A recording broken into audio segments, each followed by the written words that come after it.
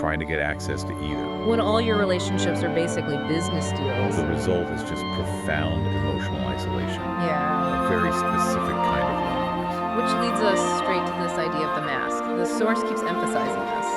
The glamorous woman everyone saw, only a mask. Not just like putting on a brave face, Yeah. more like a survival tool. Exactly. The text says the person behind the mask was fighting to survive. That phrasing is so important. It's not about which person behind the veil.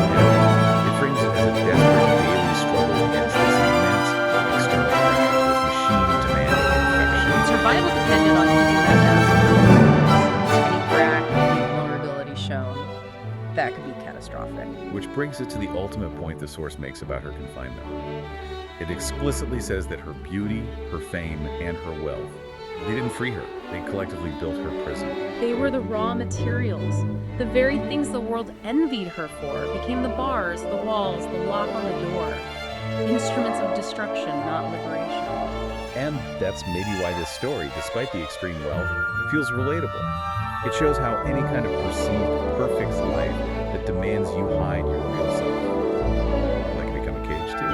Constantly performing for an audience that demands an impossible ideal. Yeah, that performance basically becomes your life sentence. Okay, so section 1 laid out the cage itself, the structures of fame, wealth, the mask. Section 2 gets into the how she's happened. Calling this the specifics of betrayal and trust. This part starts with the biographer figures out she's not just reading her pages, she's actually fulfilling something deliberate. Heiress, The source implies it wasn't just stuff. It was intentional. She was demonstrating this discovery. Absolutely. And she wanted something eventually to find a real story. The messy, painful truth that completely contradicted that. So the biography becomes less of a history and more of a puzzle. A scavenger hunt set by the heiress herself. Scavenger hunt for information. Where the act of discovery is the confession she couldn't make while alive. A strange kind of control, isn't it? Exerted only after she seemingly lost all control during her life. Totally.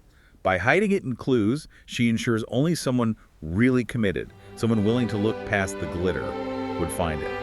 It's like she's taking back her own story, but posthumously. Okay, let's dig into the specific ways she was broken down. The source says, every chapter reveals a new truth.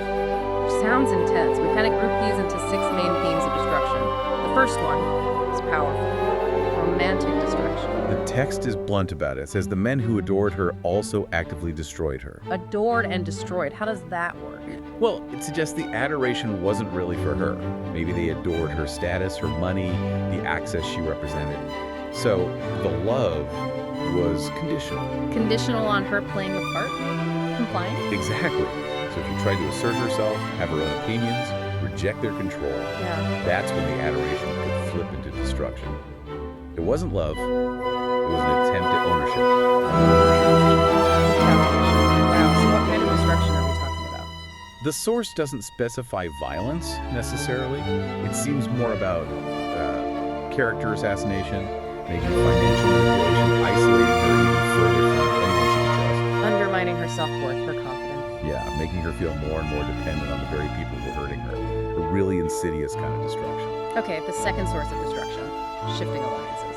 The friends who promised loyalty eventually turned into enemies. Exhausting. Right. It speaks to the environment she was in. When you're at the very top, socially or financially, you're surrounded by people competing for your spot, for your resources, for attention. So loyalty is fragile, transactional. Highly. The source implies that even a small perceived slight, or maybe if her star dimmed a little, or if a rival appeared, suddenly, a close confidant could become an enemy, trying to tear her down. It paints a picture of extreme social volatility. Not just gossip, but high-stakes conflicts, reputations, maybe even fortunes on the line. And just when she needed allies the most, her inner circle might have been the most dangerous place to be. Then the source specifically mentions forbidden love as a source of pain. Yeah, this is interesting. For someone like her, whose life probably had a kind of dynastic expectation, marrying the right person, maintaining the family status, falling for the wrong person, would be incredibly risky. What made it forbidden? Not necessarily illegal or immoral, maybe just unsuitable, socially unacceptable. Probably. Someone outside her class? Maybe someone without the right connections, or someone who just didn't fit the carefully managed family image.